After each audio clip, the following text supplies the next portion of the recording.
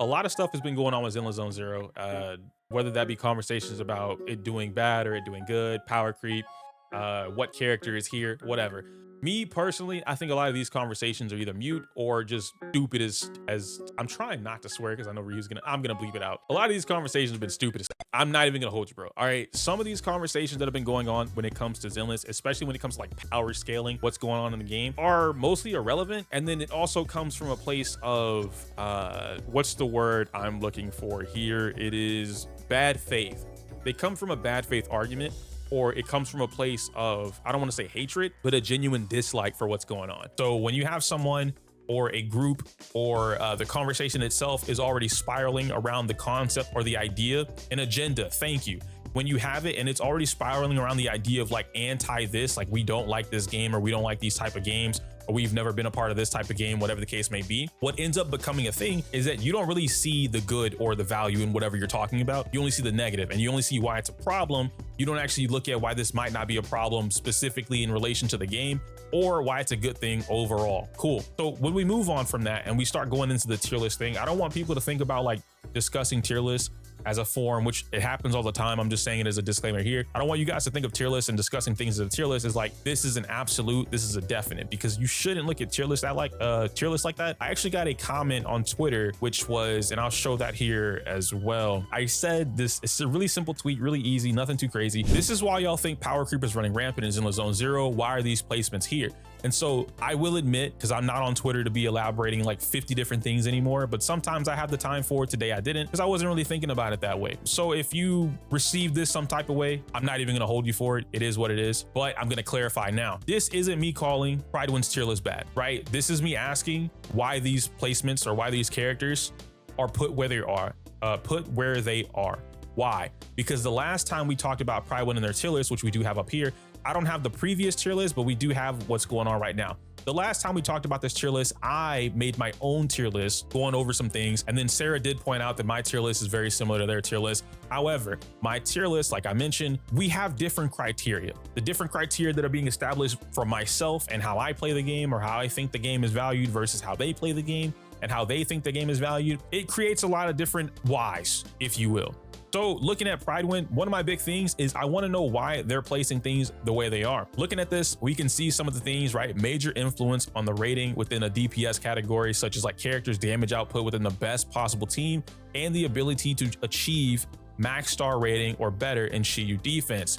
Medium influence on the rating, ease, and frequency of anomaly application on one or multiple enemies. And so some of these things kind of don't matter in the grand scheme of things, right? Especially when you're talking about this and comparing it to multiple characters. Why? Because if you were to take the normal comparison that everyone uses, which is basically Miyabi versus Ellen, Ellen is not applying, she's not applying a certain amount of anomaly into whatever's going on, right? But she does have an incredibly high damage output given the fact that you are, a high execution player. You understand how to do her combos, her scissor cancels, things like that, team rotations, whatever, okay? But in the application sense of anomaly, the only way you're gonna get a lot of application for her to be able to achieve that, and it's not even like a lot, like, right, Miyabi can get one whole thing, two whole things, three whole things off of like a couple hits or a couple skills. Ellen's not doing that. However, the one move that Ellen has that does apply a decent amount of anomaly to be able to even begin to enter the conversation is going to be her skill 2, EX skill 2. EX skill 2 is, they're all called Shark Nami if I'm not mistaken, but Shark Nami, where she swims underground, there's a bunch of slashes that appear in a small circle around the enemies. Very good for AoE control, right? Or CC control on a group of enemies, locking them down. But M2 in particular is the easiest way for you to access this because the same amount of energy that it would take for you to do the Shark Nami EX2 skill, it costs that amount for regular, right? The regular skill is 40, and then to do it again is 80 or another 40. So in total, you would have to have 80 energy in order for you to do that skill. She's not always gonna have 80 energy, but if you have M2, it only costs 40 in order for you to go straight into EX2. And this would be able to give you some means of anomaly application to be able to apply for what's going on, which is fair, all right? Now, if we're scrolling down and we're looking at some of these things here, you can see that based off what we just read, Ellen is down here at the bottom, more than likely because of the anomaly application and whatever else is going on, despite her having decent damage output to be able to contend with what's going on currently in the game. I also want to make sure that even though we see that this Shiyu defense here, Shiyu defense is not that much different from Deadly Assault or even the ability to play in Tower, if we want to consider that more of an in-game mode. The main thing that you guys want to be able to kind of like look at when it comes to some of this stuff here is basically how do you control the character and how do they benefit to that team, so on and so forth. This is really bright, but you know what? I'm gonna let it rock. It is what it is. So I don't use Shiyu defense as my only means of talking about characters whenever I'm approaching a tier list or the character value or anything of the sort. So let's continue with reading why some of these things are placed where they are. And if I miss over some things, let me know. I'm legit trying to like not spend all day here reading what's going on, okay?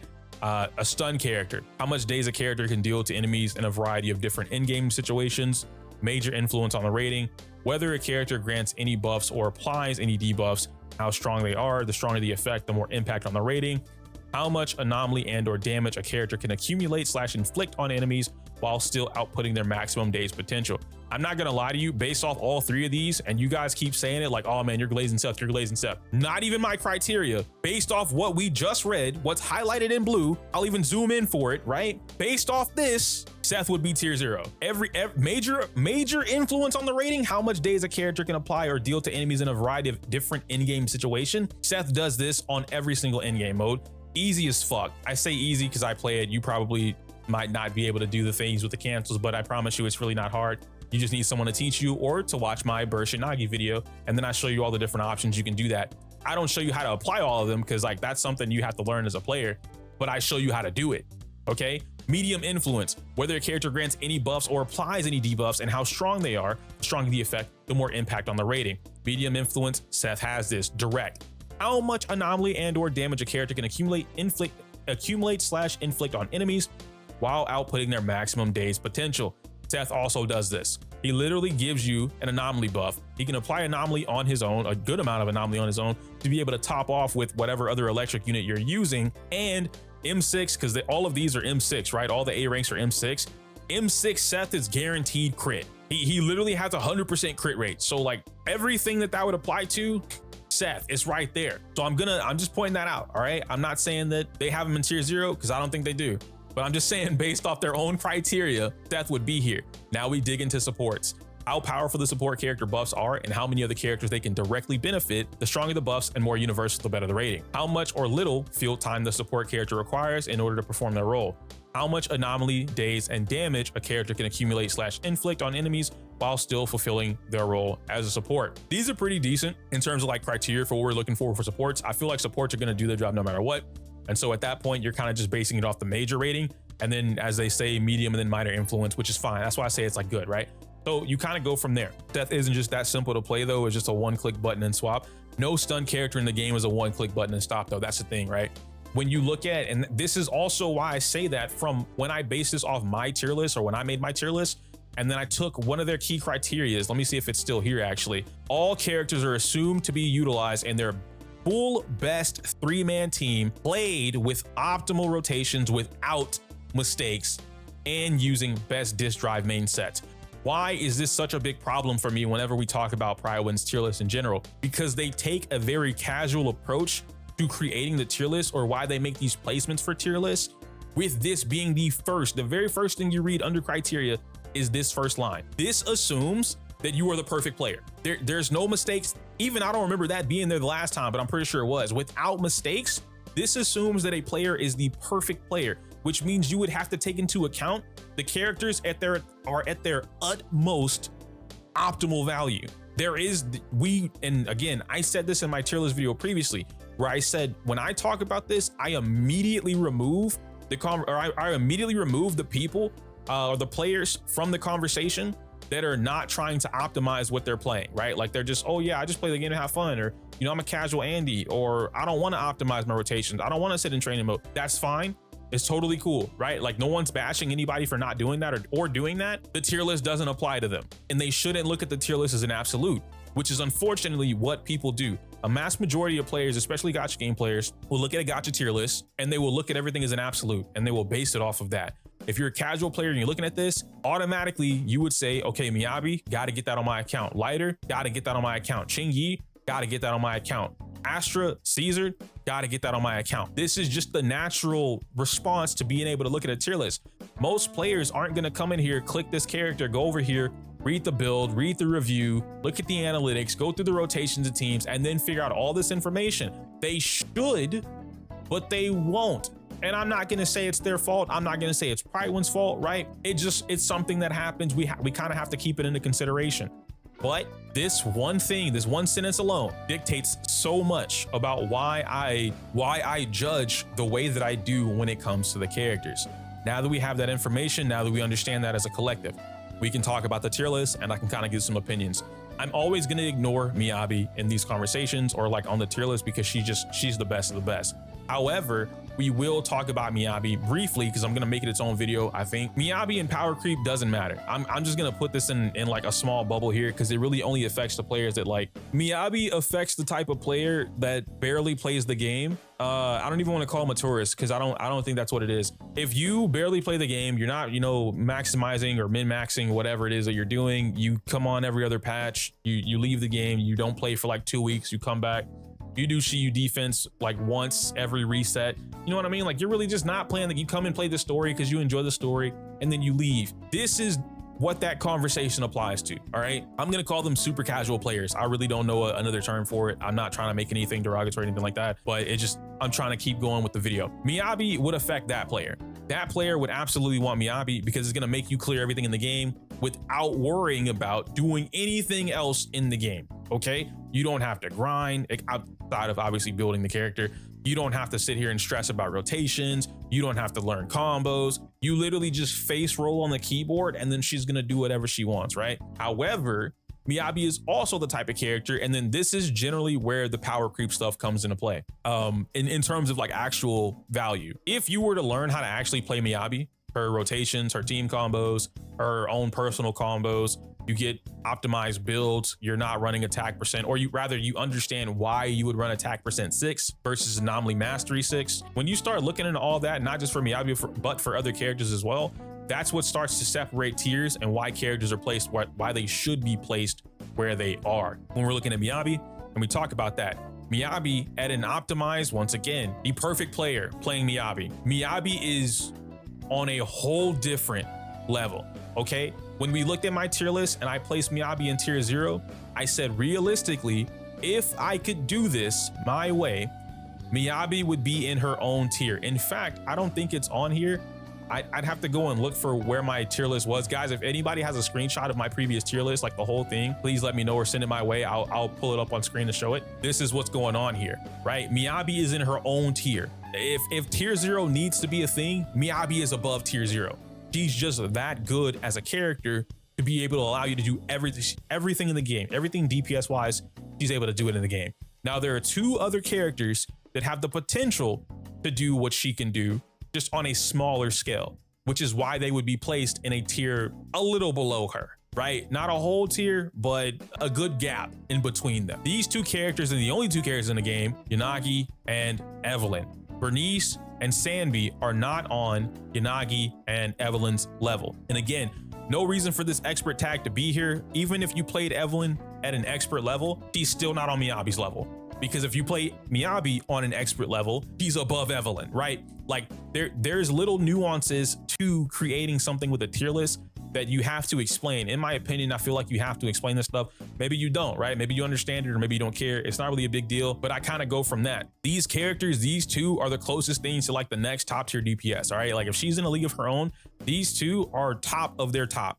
Evelyn is the top of the attack type DPS right now, and then Yanagi is the top of the anomaly type DPS right now. Bernice is amazing. I understand that people love Bernice. Bernice is not on the same level as these 2. And so Miku, why would I say that, right? Like you're saying Bernice is fine at tier 0.5. No, she's not. The reason I'm saying she's not fine at tier 0.5 is because when you're tiering characters, the same issue that I had with Starro, if I told you that Yanagi was tier 0.5, because 1, 2, 3, 4, 5, 6. You deem me the tier list, thank you. If I told you she was tier 0.5 because reasons 1 through 5, right? But then I told you Bernice wasn't on Yanagi's level. Why is she in tier 0.5? You see, like, the math isn't mathing. In that current situation, the math isn't mathing. It just doesn't make sense to do that. In order for you to argue why Bernice would be in 0.5, you would essentially have to talk about why she's an entirely different type of DPS character, why she benefits X, Y, and Z teams, and then go on from that. But again, this isn't really being explained here. Burn, charge, sub DPS, I don't think we still know what is charge actually. What are they classifying as charge? Let me see. Heritage Kit contains one or more charged attacks they must perform in order to unlock their kit's full potential. I'm not gonna hold you. I don't know if I'd put that in there. Like, I don't know if is this worthy of being a tag, Prydwen? I'm not saying it's a bad tag. I'm just really trying to think of, like, would that even matter? Would this be something that matters? Maybe it's just my FGC brain. Because when I hear charge, I'm thinking of like a charge like Balrog or Guile. I'm thinking of a charge character, right? It is what it is.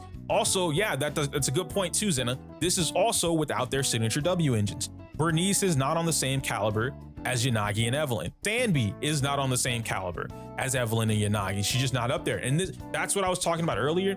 This isn't specifically Sanby's fault. It's because Anby doesn't have the tools to utilize her kit right now. The only character in the game that's fully utilizing or trying to help utilize what Anby has is Pokra. And even then, everyone's saying you need M6. Everyone's saying that, you know, Pokra is less impactful than Caesar. There's a couple different reasons as to why Pokra is great for Anby now, but she's not up there yet. There's a reason why people are saying, oh, once Trigger gets here, once Trigger gets here, and at that point, then we can reevaluate how I feel about Anby or how Anby's performance is going to be overall, and then go from there. Think charge meant that you hold the button. Yeah, no, Alejandro, I know what they mean by using charge, but I'm saying, like, I don't think that would be something that I would include as a tag, like its own tag. I probably wouldn't do that, but it is what it is. So yeah, that. But overall, you would just move these characters down. You would just move them down. Let me see. And then Venom said he DM'd me my list. All right, so you guys can see my list right here. I'll zoom in for you a bit so that we get a little bit more of what's going on. Now, obviously on the tier list maker, I can't separate the DPS character, stun, support, all that kind of stuff, right? It just kind of, it is what it is. When you look at my list, you can see that I have Miyabi in tier 0. As mentioned before, she should be in her own tier, but for the sake of explaining this, she's there. Astra, King Yi, Seth, and Nicole. You can argue about any other support character or any other stun character being in tier 0. It matters not to me, right? I genuinely don't care what you would place in tier 0, because it's not an argument that it's not worth having, right? If you value Caesar the way that you do, it's totally fine, easy peasy lemon squeezy. I'm simply talking about the criteria behind why they're placed the way they are, especially going over the new criteria, which is the whole reason for my original tweet on, like, why these placements are what they are. So when you're looking at this, Evelyn being in 0.5, Yanagi being in 0.5, purely as DPS characters, these are the top 3 DPS in the game. Miyabi, Evelyn, Yanagi. Boom, done. Then these are so strong, these characters are so strong at the optimal level, they're an entire tier above everyone else, right? Like, you skip a tier. That's why there's this little gap here in my page or in my tier list, meaning that they're a whole branch above. It's not like, oh yeah, man, they're half a branch, or like, ah, man, they're really like the next tier. No, they are so strong at the optimal level because of what they allow you to do in the game. All 3 of these characters allow you to play both attack types. Yanagi can perform the crit-based DPS role if she needs to, while also fulfilling Anomaly. Evelyn can perform the crit-based DPS role while also fulfilling Anomaly. Miyabi just does both, right? We've already established that. All 3 of these characters, or each of them, also are able to play multiple different styles of teams. Yanagi can be main DPS or burst DPS. Evelyn can be main DPS or burst DPS. Miyabi can be main DPS or burst DPS. Each of them also have a multitude of teams that they optimally function in, and they're one of the few, if not the only characters in the game, there's a couple that I see here that also fulfill the same role, that easily fit into a dual DPS scenario, meaning that you can play Miyabi and Evelyn on the same team that'll crush everything in the game. You can play Miyabi and Nagi on the same team and they'll crush everything in the game, right? There are only so few characters that are able to do that. Even if you remove Miyabi from that conversation and you put 2 and 2, Yanagi can still play with another DPS character, and Evelyn can still play with another DPS character and then crush everything in the game, right? It just depends on how you're optimizing what you have going on. So when we come back over here and we're looking at this, like I said, these characters just need to be separated, you know? Yeah, you can play Miyabi and Anby too. Like, it is what it is. So you kind of come down from there. My entire point though, after mentioning all that, is just breaking apart like the placements themselves aren't the problem. It's the criteria and like why. And my thing, I know I keep saying my thing about it because I really want to stress like this is my complete opinion.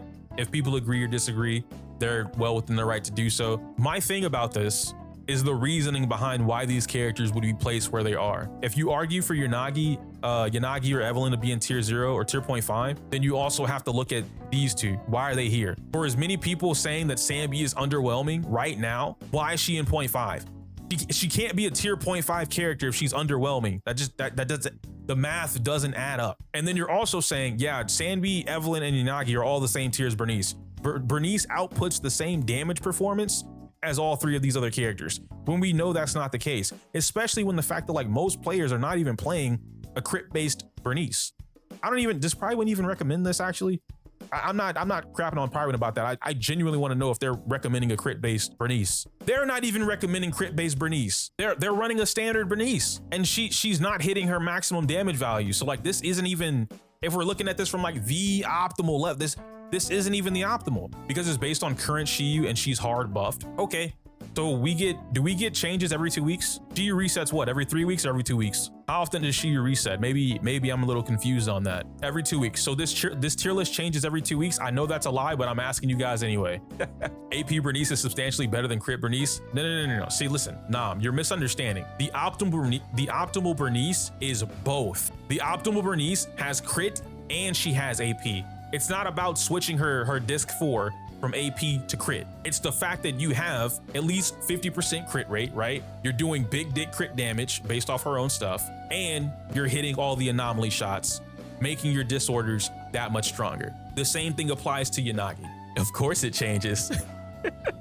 So it doesn't change every 2 weeks. All right, so we've established that, which means when we talk about this and we say this is based off Shiyu defense, if this isn't following every update with Shiyu, then it's crazy. That's S2, I'm assuming there's supposed to be a U there. That's stupidly disreliant and not worth mentioning.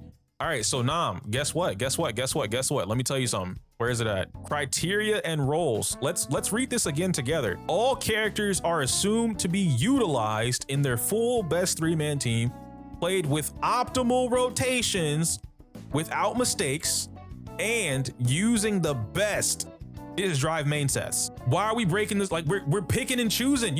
And now you guys see why I have an issue with like tier lists and shit. It's not about the placements themselves. It's purely based on the criteria. We pick and choose when we want the criteria to apply to a certain character. Ah man, Seth can't be tier 0. Why not? Why is Seth at the bottom of tier? Why did he get bumped down? Why is he in tier 2? Oh, well, he's just not that good. Based on the criteria of the tier list for both stun character and support character, right? He would be in tier 0. Oh, well, no one plays Seth and he's hard. So no, he can't be up there. He's not as good as Astra. He's not as good as Caesar, but he does more, if not the same, right? Oh man, Caesar gives a plus 1000 buff. Caesar gives a shield that's impenetrable. Not anymore, it's not. Caesar's shield gets one tapped. The new Shiyu boss, I don't even know his name, but the sword guy literally one taps your shield and then hits you 2 more times for the damage. If you improperly switch, you're dead. Come on, bro. Like we're picking and choosing where we want to put the criteria and who it applies to. That's just not fair in my opinion. I'm not arguing at this point for Seth to be in tier 0 because I feel like he is. And that's on me, right? You guys don't have to agree with that. But I am arguing for the criteria and like it's not universal across the board. The criteria for this is not universal across the board, which creates the issues, which is why I say this is why a lot of the conversation behind power creep and like, oh man, Zenless's power creep is the worst in all the Hoyo games. It's horrible. No, it's not. First of all, it's a skill-based game. Despite anyone telling you, oh man, this is baby's first mash game. All you have to do is mash basic attack and then hit the parry with the blind and then you're good to go. Listen to players that are actively digging into playing the game. I don't go into Wuthering Waves and disrespect like Saint, right? If Saint is talking about power creep and Wuwa, and he's talking about why players are just the Gion thing, and he's like, yo, people are downplaying Gion. And they're still using season 1 or patch 1 Gian combos from the CBT3. They're using CBT3 combos for Gian, and he already has new combos, he has new teams, he has new best disc drives, things like that. What are we doing? Like that's crazy. If I were to go over there and be like, Saint, actually that's wrong. You're wrong. Gian should be in tier 4 because obviously he's not on Jinchi's level. Jinchi is the best. Gian should be in tier 4. And then I'm gonna argue with him about what? Come on, man. It doesn't make sense. And yeah, this is M0 Ellen. All the limited characters are M0 to my understanding. So no crazy buffs or anything like that, right? And if I'm not, do I have her lower? I think I have her lower actually. Oh no, look at that. Yeah, Zhu Yuan, because I do believe that Zhu Yuan is on a higher tier than Jane in this current state of the game. Now with Poker being here though, I do need to reassess that. And I did say that in this video. I said when Poker gets here, I need to reassess some of these characters and go back and revisit them. I haven't had the time to do that yet, so I can't confidently speak on Jane's placement, Soldier's placement, Piper's placement, and things like that as of right now. But I do want to point that out. When we're looking at this, Jane getting bumped down from 0.5, understandable. Zhu Yuan getting bumped down from 0.5, understandable. Piper still being in tier 1, totally fine. Ellen getting bumped down from tier 1 to 0.5, but Piper is still here, no. Especially, once again, we're talking about everybody being optimized and play with their optimal rotations with 0 mistakes. If I ever see somebody play Ellen with 0 mistakes and you can't clear content, you're not playing Ellen. I don't know how else to put it that way, right? Like if you're playing the perfect Ellen, I play Ellen with mistakes and I still clear. We have YouTubers playing Ellen with a fully free-to-play team and a free-to-play W engine, and they're clearing with mistakes. 30K, they're doing better than I'm doing. They play her better than I do, and they're clearing no problem. Come on, bro. Like it's just, we're not following the criteria. I don't see how Poker boosts Jane over using Seth, just a bit different gameplay. Poker, it's not about Poker boosting Jane over like using Seth, because I still prefer Seth as of right now. The difference is Poker allows these characters to stay really dominant on the field. Like if Poker and Jane are the combo here, let's take a team of Jane, Poker, and Bernice. Using this team allows you to keep Bernice's after fuel relatively high. It allows Poker to get more days consistently, or rather on concept and on paper, it allows you to get more days consistently than you would with Seth, because now you don't have to depend on the counter. You know what I mean? Like the parry. You don't have to depend on the parry. Poker also has, I'm so glad they gave this to her, Poker has interrupt in her kit as well. It's not as strong as Seth's, but with the combination, and this is the key thing that I wanted to test out, the combination of Jane being able to build up her own assault, flinch is a guaranteed, whatever the fuck the enemy was doing, stop. The only thing that flinch doesn't stop, to my understanding, I could be wrong on this, is like somebody getting really buffed up. Like if Bringer were going into his second form and you flinch him, the code in the game might say override it and do it anyway. I don't know, right? I've just never specifically triggered flinch on his form change or when he's trying to do it. No, it doesn't stop it. Okay, so then there we go. It doesn't stop it, right? Seth does stop it though. Seth's fully charged EX skill stops everything in the game. He doesn't give a fuck. So if assault and flinch don't stop this thing from happening, that means my value for Seth would still stay up there. But in the case of being 100% aggressive, which is, this is what Poker allows you to do. Jane stays on the field the entire time. Bernice comes out, does her little fire, gets the fuck off the field. Poker only has to come out in order to do her thing. But because Poker's evasive, it's not a defensive assist. Poker's evasive assist is so cool because she, you know, does her little back step, jumps behind, boom, boom, shoots the guns. And then you can immediately quick assist, right? She has a reverse B quick assist or reverse Q, just like Seth, to get you right back into Jane. The team isn't about outperforming them based on like days or the buffs that Seth might give, right? With the anomaly boost and the shielding, right? It's not about that.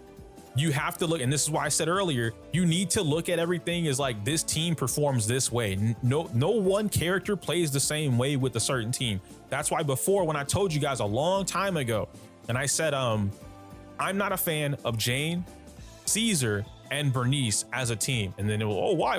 Like that team's great. It's so good. It's so good. It's so good. And I said, there's no, they don't have a formula. There's nothing smooth about that team. You have to force them to work together. And this doesn't mean that they themselves work together, right? The buffs, the damage, the shielding, all of that works just fine.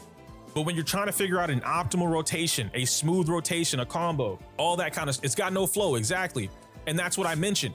So many players at that time were like, bro, this guy's crazy. This guy's stupid. This guy is dumb. Like, there's no way he thinks that this team doesn't work. That's Jane's strongest team in the game. Listen to what I said and not what you heard.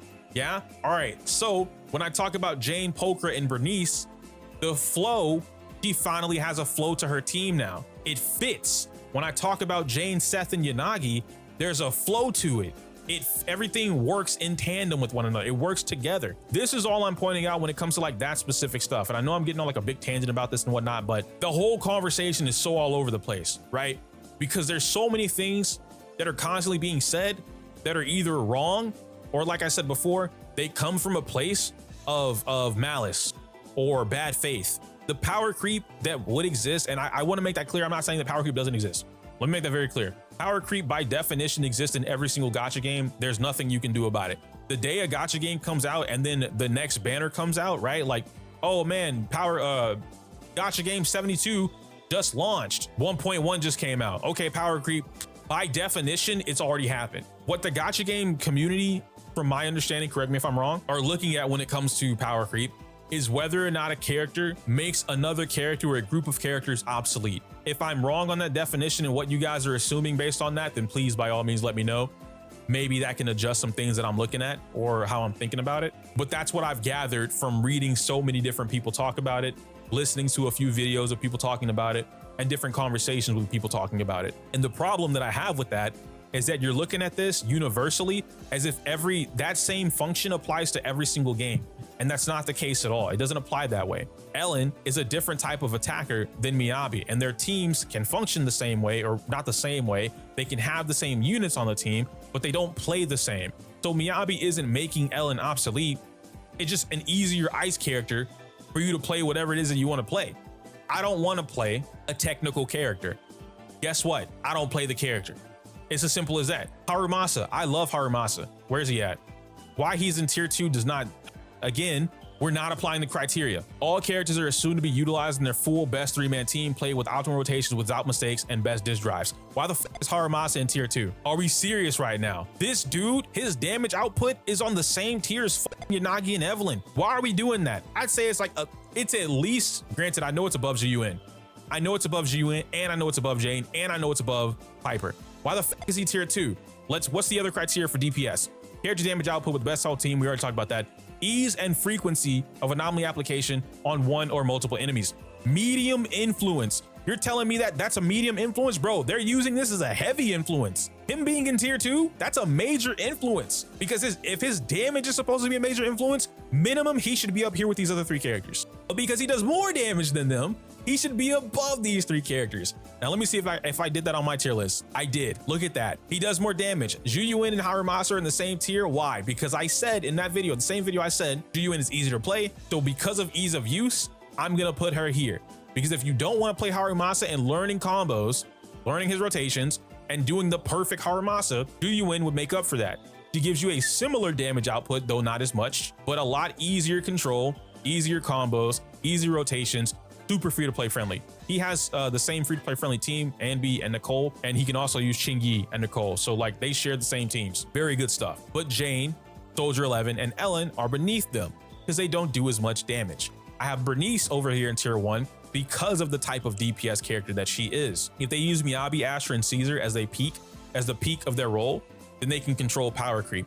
The problem, I won't say the problem with that, because I kind of get what you're saying there, but I will say, and I've said this before with like Starro, right? When I call them the Powerpuff Girls. If the optimal team is just gonna be Astra Nicole or Astra Caesar because it just gives you the maximum power, no, we can't keep doing that. That's not their best team, right? Like I understand that hyper carry gives you the highest damage performance. Zenless has shown us through each in-game, it's shown us you can play a team at a very optimal level. They have rotations. they have combos, blah, blah, blah, blah, blah. None of this is happening if you're only playing Astra Nicole. And I'm not even saying that that team doesn't have combos or rotations, because they do. You have to manage Nicole's meter, which means you have to change her build ever so slightly in order to guarantee that you're gonna have EX gravity orb, right? Or EX skill every single rotation. Those are just things that you kind of have to deal with over time. Someone asked me earlier if I honestly think Anby is 0.5. No, I don't. I think Anby is on the same tier as Haramasa, Duyuin, and Jane. Especially in this current state, right? Like I said, I need to test it with Poker. One of you, I apologize, I didn't get to see it or answer it in time, but somebody else asked me about, like, when I was talking about Poker, someone mentioned using Jane, Poker, and Bernice instead of Seth or something like that.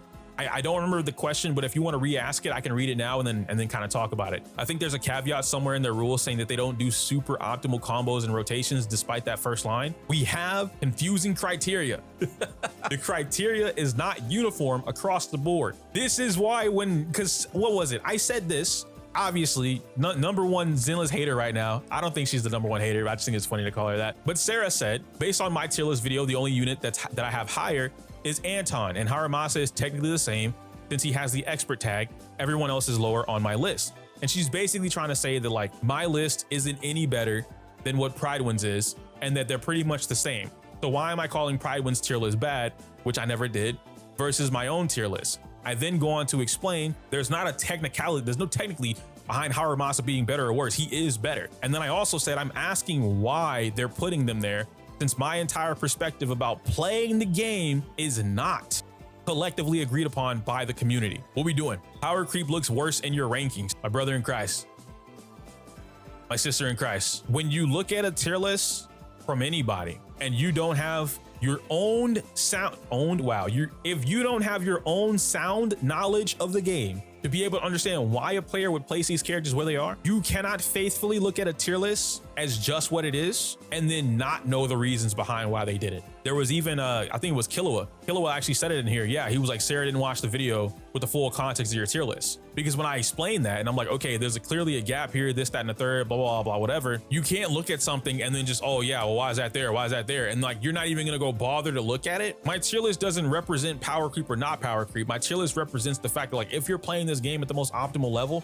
and you're putting these characters on like their perfect tier, as I explained in the beginning of this video, this is closer to where these characters would be pre-Poker, right? Pre-Anby coming out.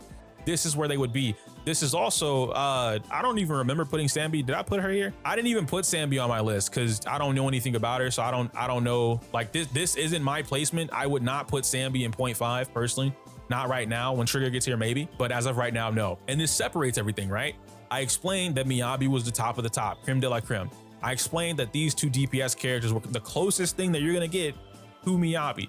I then said they're an entire bracket apart from everybody else. And then I went on to explain why these characters were where they were. Jane and Piper being similar, although Jane is technically stronger than Piper, but because they're both suffering a very similar issue right now, you can't really dictate one being stronger or the other, which means I can't say, yo, pull Jane over Piper, because Piper is putting out similar damage performance. She's easier to play, relatively speaking, of course, and she has a free-to-play team already built for her. And you could probably get away with using Caesar for her too, because she wants to be on the field more while also alternating between, because the way her quick assist works. So a couple different things that go into that. Miyabi is easy to play, yes, which is why she's an anomaly, pun intended. It doesn't represent power creep, but when you look at it from the outside looking in, it literally represents power creep. But see, Kevin, that's what my whole video here is explaining, that one thing. I mean, there's a bunch of different points, but I did go over that point, that when you're looking at tier lists, especially from a casual perspective, you have to establish whatever the criteria are. I never posted my tier list on Twitter. I didn't post it on the YouTube community post. My Discord might have it, I don't know. It's only in video format and on stream. The problem with going, like taking that tier list and then spreading it like this is what he thinks, you are not establishing any forms of criteria. That's why when I saw this on Twitter, not this, but this, and then Sauthis says like, yo, Zenless, what are we doing, right? He's talking about Prydwen, what are we doing right now? Because this is and all these comments are like power creep, this, that, and the third, you know, this character come out, why this character here? Oh man, Juyuin's definitely tier 0. Everyone has their own opinions, but no one's talking about the actual criteria behind the tier list. So now that I'm here, okay, let me go to Prydwen, let me look at the criteria. Boom, I look at the criteria. Now that I see what the criteria are, now I can say I don't agree with this. Not because it's bad, right? Like it's not that it's a bad tiering, but I don't agree with the placements because of their own criteria. You can't do that. I mean, you can do whatever you want, right? Like I'm not gonna tell anybody don't do something unless it's clearly bad, but looking at a tier list without knowing the criteria sets yourself up for failure. That's how you easily spread like a bunch of stupid stuff going around the community. And then ultimately, like I talked about with Powercreep, this video is getting long enough, we're gonna end it here. And then I'll talk about Powercreep on its own. But to end this off so that you guys can probably watch this and be prepared for what I'm gonna talk about next, Powercreep as a whole, it's not that it doesn't exist, it does exist. The problem is it's completely irrelevant to the game. It is completely, nothing in the game right now is being stopped from you clearing anything. It's harder, yes, but it should be harder. I'm not advocating, by the way, for like all free-to-play should suffer or some weird shit. I'm not advocating for that. What I am saying though, why in the gacha goddess land, in the goddess of gachas, why would anybody expect Soldier 11 and Evelyn almost an entire year later to be performing the same? Like this doesn't make any sense. The game is almost a year old and we're really gonna sit here like, oh man, Soldier 11 should absolutely be at the same tier as Evelyn. She should be somewhere near Evelyn. Like they should not have made Evelyn that strong. What? But this doesn't eliminate the fact that Soldier's still clearing. Soldier was blessed to have Lighter, which a few of the other DPS characters were, right? Lighter brought up a lot of characters. And then when you look into the game, and this is a thing that I know players don't do, but they should absolutely be doing this. You guys should experiment. There's nothing wrong with experimenting in Zenless. I understand building characters is expensive. I'm not gonna tell you to do that. Holy fork. It's like some players, if it's not, hold on, Soldier 11 best team, Lighter, Caesar, Lucy, right? Or Soldier, Lighter, or Caesar, and then Bernice or Astra. These are her best teams, boom, done. Why? And then if someone were to tell you, right, if you go look at anybody having this conversation, oh, well, Soldier's best team is Soldier, Caesar, and Lucy. That's her best team. Soldier, Caesar, and Astra. So she should be able to perform at the same level as Evelyn with her best team because she has these two characters. No, you're just running hyper carry. And like, you can totally do that.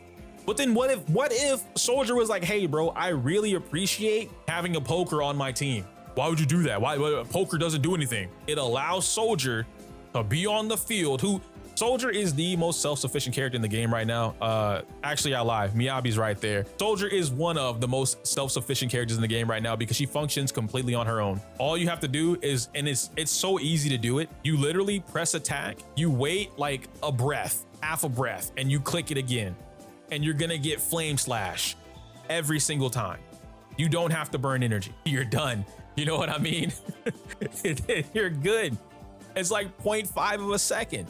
You know what so it's like, all right, cool. Lighter gives you this huge buff, which is awesome. He's giving you the fire damage, which now guess what? You need to change your soldier build. You know what people aren't doing? They built their soldier for 1.0, maybe 1.2, whatever. And their soldier's running on crit rate body or crit rate 4, fire damage disc 4 or disc 5, and then attack percent disc 6. Then they put Lighter on the team and they don't change anything at all. Then they might put Nicole or Astra on the team and they don't change anything at all. And it's like, yo, you know you're overcapped on crit rate. Oh no, that doesn't matter. You know you're overcapped on fire damage. Like your attack is 2,500 right now. Your fire damage is 76% and you have Lighter on the team. You could just use an attack percent 5. No, I don't want to do that. She doesn't need it. In the same breath. Oh man, Soldier 11 is power creep. Powercreep in Zenless is horrible. All right, dog. And I can't even, in Star Rail, I don't argue about it in Star Rail anymore at all. Like Star Rail is losing their fucking mind right now. They are on crack. I don't know what kind of crack it is, but they're on some super fucking crack right now. Star Rail is out of their mind right now, okay? In Zenless, you can't even spit out the argument, it's the devs' fault. They're the ones that made it, so it's their fault that I don't play the game as intended. I don't experiment in the game. I only play the game the way the devs designed it to be. No, you don't, because if you did, you wouldn't be suffering some of the issues you do. Change your fucking build. Learn a new rotation.